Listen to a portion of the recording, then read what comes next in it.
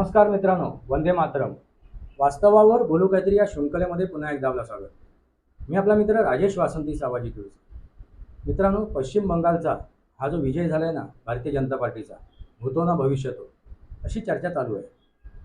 असं तुम्हाला वाटते की भारतीय जनता पार्टीचा विजय? नाही मित्रांनो, थांबा जरा थोडं. हा भारतीय जनता पार्टीचा विजय नाही आहे. हा विजय लोकतंत्राचा आहे, लोकशाहीचा आहे, त्या मतदार राजाचा आहे. मी असं का म्हणतो? ह्या निवडणुकीमध्ये तुम्ही या पुढे जाऊन कशा स्वरूपात बघायचं आहे की हा लोकतंत्राचा विजय, लोकशाहीचा विजय. लोकांनी लोकांसाठी केलेलं राज्य म्हणजे लोकशाही. तो मतदार राजा जागा झाला. त्यांनी जर आपली सद्विवेक बुद्धी जागृत ठेवली तर तो काय घडू शकतो, तो काय करू शकतो, तो अधर्मावरती कसा मात करू शकतो. कोणतीही लढाई होते ना मित्रांनो, ती लढाई धर्म आणि अधर्मामध्ये होत असते. आता इथे अधर्म कोण आहे आणि धर्म कोण आहे हे आता तुम्ही ठरवा. मित्रांनो, पश्चिम बंगालमध्ये जी निवडणूक झाली आणि त्या निवडणुकीमध्ये जो मतदार राजा बाहेर पडला, 93% मतदान झालं. लक्षात आलं का? मतदार राजाने आपले अधिकार बजवायला तो बाहेर पडला, रस्त्यावर आला आणि तो मतदार केंद्रापर्यंत पोहोचला. त्यांनी वाट पाहिली, मतदान केलं आणि मग तो घरी गेला. ही जी काय प्रक्रिया घडली त्या प्रक्रियेमध्ये त्यांच्या मनात एक भीतीसुद्धा होती. म्हणजे कुठला तरी तृणमूल काँग्रेसचा कार्यकर्ता येऊन आपली हत्या करेल, आपल्याला इजा पोचवेल, ही मनात भीती होती. तरीसुद्धा भीती न बाळगता रोज मरण्यापेक्षा एकदा मेलेलं बरं, असं तो आपला मृत्यूच, त्या मृत्यूची ती पगडी डोक्याला बांधून आला होता असं म्हणायला हरकत नाही. त्या मृत्यूवरती त्याने जय मिळवला होता, त्या भीतीवरती त्यांनी जय मिळवला होता आणि तो बाहेर पडला होता. तुम्ही म्हणाल की केंद्र सरकारने ती स्थिती निर्माण केली होती भयमुक्त मतदान करण्याची शासन आणि प्रशासनाने, केंद्रीय शासनाने आणि केंद्रीय प्रशासनाने. मित्रांनो, जरी भयमुक्त परिस्थिती निर्माण केली होती तरीसुद्धा त्या पश्चिम बंगालच्या जनतेच्या मनात एक भीती होती. जर ममता बॅनर्जीने एने करून काही करून एनी कंडिशन जिंकायचंच आहे, साम दाम दंडभेद काही वापरून आपल्याला जिंकायचंच आहे, असं करून जर ती उद्या जिंकली, तिला जर आपण पराभूत करू शकलो नाही तर आपली काही धडगत नाही आहे. आपलं आयुष्य आता इथेच संपलं, त्याला द एंड लागेल अशी मनात एक भीतीसुद्धा होती. कारण शेवटी आपण दुसऱ्यावरती किती विश्वास ठेवणार? आत्मविश्वास हा महत्त्वाचा आहे. आणि हा आत्मविश्वास ज्यावेळी त्याच्यामध्ये निर्माण झाला, स्वतःवरती विश्वास निर्माण झाला, त्यावेळी तो बाहेर पडलेला आहे मतदार. लक्षात आलं का? कारण 2021मध्ये भारतीय जनता पार्टी होती, त्यावेळीसुद्धा त्यांनी एक आश्वासन दिलं होतं, भयमुक्त निवडणूक लढवण्यासाठी ते वातावरण निर्मिती केली होती. तरीसुद्धा काय झालं? दंगली घडल्या. अगदी निवडणुकीच्या दरम्यानसुद्धा दंगली घडल्या, हत्याकांड झाल्या आणि निवडणुकीनंतर सुद्धा झाली. ममता बॅनर्जी विजयी झाल्यानंतरसुद्धा हत्याकांड झालं. लक्षात आलं का? दंगली घडल्या, महिलांची इज्जत लुटली गेली. अशी ही परिस्थिती होती पश्चिम बंगालमध्ये. मित्रांनो, पण ह्या निवडणुकीमध्ये शासन आणि प्रशासनाने सुद्धा दाखवून दिलं, त्या केंद्रीय शासनाने आणि केंद्रीय प्रशासनाने म्हणजे नरेंद्र मोदीजी सरकार, त्या सरकारने आणि प्रशासनाने दाखवून दिलं की भयमुक्त निवडणूक होऊ शकते. शासन आणि प्रशासनाने जर ठरवलं तर हे दाखवून दिलं त्यांनी. त्यांचेसुद्धा आपण स्वागत करू, त्यांचंसुद्धा अभिनंदन करू आपण. मित्रांनो, महत्त्वाची गोष्ट काय आहे की भारत स्वातंत्र्य झाल्यानंतर जी काय पश्चिम बंगालमध्ये निवडणूक होत गेली, अगदी ग्रामपंचायतपासून केंद्रीय निवडणुकीपर्यंत ज्या काय निवडणुकी झाल्या, लोकसभेच्या निवडणुकीपर्यंत ज्या काय निवडणुका झाल्या, त्या निवडणुकीमध्ये प्रत्येक वेळी दंगल घडलेली आहे, हत्याकांड झालेले आहे, आया बहिणीची इज्जत लुटली गेलेली आहे. एक दहशत निर्माण केली होती, ती काँग्रेसने सुद्धा केली, त्यानंतर CPMने सुद्धा केली आणि ममता बॅनर्जीने तर कहरच केला, सगळ्याच मर्यादा ओलांडल्या. लक्षात आलं का? ही एक मनात भीती होती. तरीसुद्धा मतदार राजा बाहेर पडला. त्यांनी ठरवलं की रोज मरण्यापेक्षा एकदा मेलेलं बरं, असं ठरवून तो बाहेर पडला. त्यामुळेच 93% मतदान झालं आणि हा भूतो ना भविष्यतो विजय घडवून आणला. म्हणजे मतदार राजामध्ये किती ताकद आहे, किती क्षमता आहे, किती कुवत आहे त्याचा अधिकार तो जर बजवायला त्याने ठरवलं तर तो काय करू शकतो, त्याची कर्तव्य काय आहेत हे त्याने ओळखलं आणि ते कर्तव्य त्याने पार पाडलं. म्हणून हा विजय आहे. हा विजय लोकतंत्राचा आहे, लोकशाहीचा आहे, हा धर्माचा विजय आहे. हे समजून घेणं आवश्यक आहे. आता आपसूक भारतीय जनता पार्टीचा विजय होणारच, कारण जर इथे दोन पक्ष लढले, एक तृणमूल काँग्रेस आणि दुसरा भारतीय जनता पार्टी. काँग्रेसचा काय नामोनिशाण नव्हतं, CPMचा तर नामोनिशाण नव्हतं. त्यामुळे दोन पक्ष एकमेकांच्या विरोधात लढले. त्यामुळे जर ममता बॅनर्जीचा पराभूत करण्याचा जर मन तयार केलं असेल, त्यांनी ठरवलं असेल जनतेने, तर आपसूक भारतीय जनता पार्टीचा हा विजयच होणार होता. ही सरळ साधी गोष्ट आहे. दुसरा विजय कोणाचा आहे तर हिंदूंचा आहे. लक्षात घ्या, हा दुसरा विजय कोणाचा आहे तर हिंदूंचा आहे. असं मी का म्हणतोय, कारण या भारतामध्ये तुष्टीकरणाचं राजकारण आजपर्यंत होत आलं. मुस्लिमांना समोर ठेवायचं, मुस्लिमांचा एक गट्टा मतदान आपल्याला मिळवायचं. मग आहे हिंदू, सहिष्णू हिंदू आहे, धर्मनिरपेक्ष हिंदू आहे, तो मतदान आपल्याला करणारच. एक मानसिकता तयार झाली होती. हे जे धर्मनिरपेक्षचे किडे वळवळतात ना, किंवा धर्मनिरपेक्षच्या संघटना आहेत, पक्ष आहेत, यांची कार्यपद्धती तुम्ही बघितल्या ना, तुमच्या लक्षात येईल. मुस्लिमांचं दामून चलन करायचं, तुष्टीकरण करायचं, आणि उरलेले जे मतदान आहे करणारे हिंदू, जे डोक्यावर पडले, ज्यांची सद्विवेक बुद्धी घाण पडलेली आहे, त्यांच्या चरणी ते मतदान करणार. ही जी धारणा झाली होती, ती धारणासुद्धा पुसून काढली.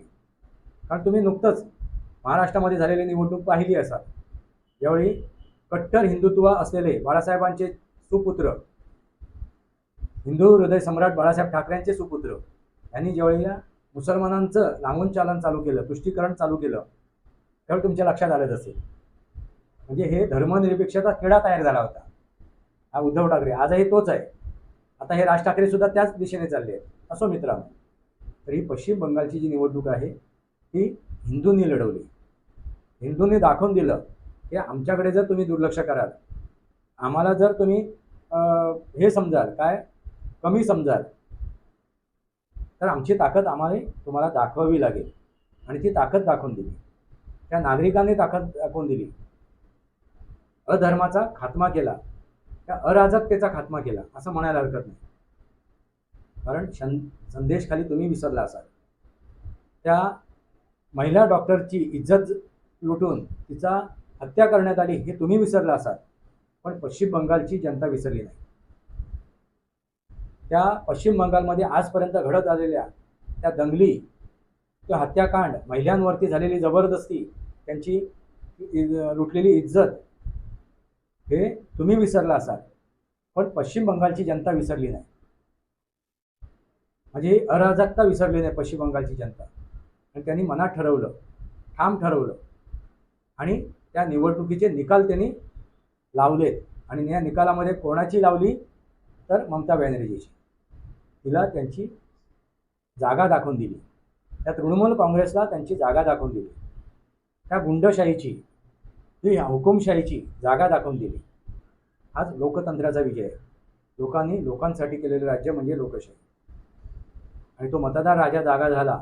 त्यांनी जर आपली सद्विवेक बुद्धी जागृत ठेवली तर काय करू शकतो, आपले हक्क कसे राबवू शकतो, आपली कर्तव्य कशी पार पाडू शकतो, हे त्यांनी दाखवून दिलेलं आहे. म्हणून हा विजय लोकतंत्राचा आहे, लोकशाहीचा आहे.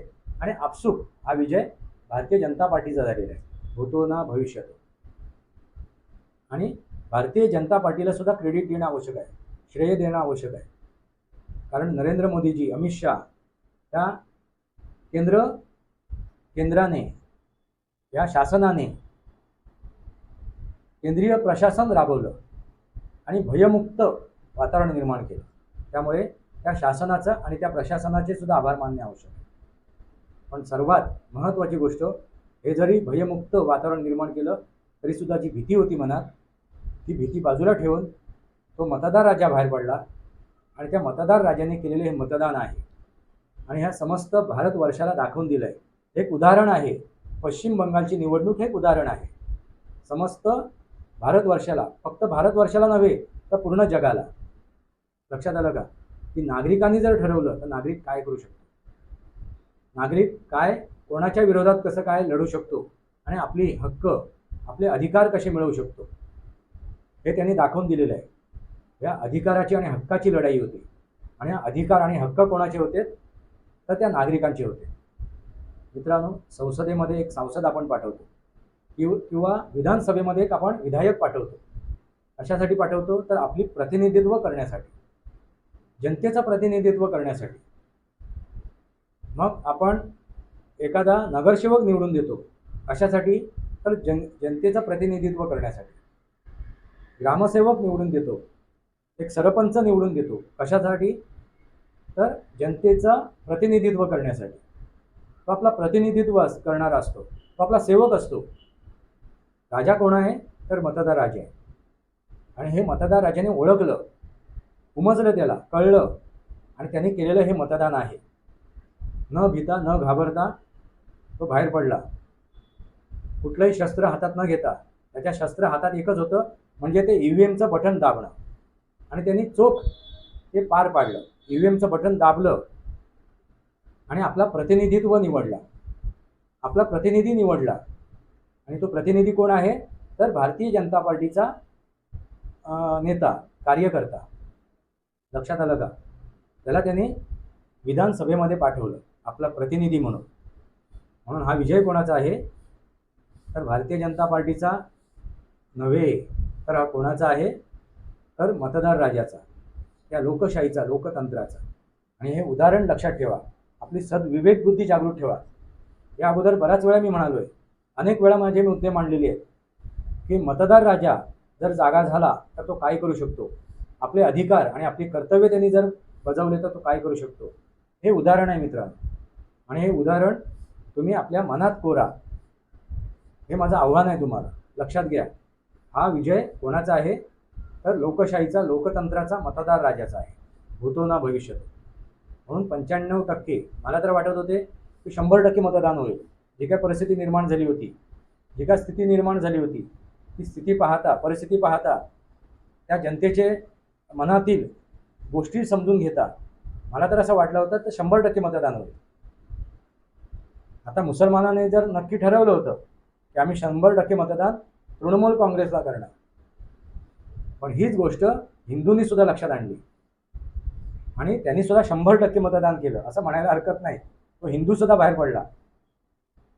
हे तुष्टीकरणाचं राजकारण कुठे जाऊन पोचवतो, कुठल्या एका संघटनेला, कुठल्या एका पक्षाला, हे दाखवून दिलं ह्या तृणमूल काँग्रेसला, त्या ममता बॅनर्जीला किंवा हे विरोधकांना.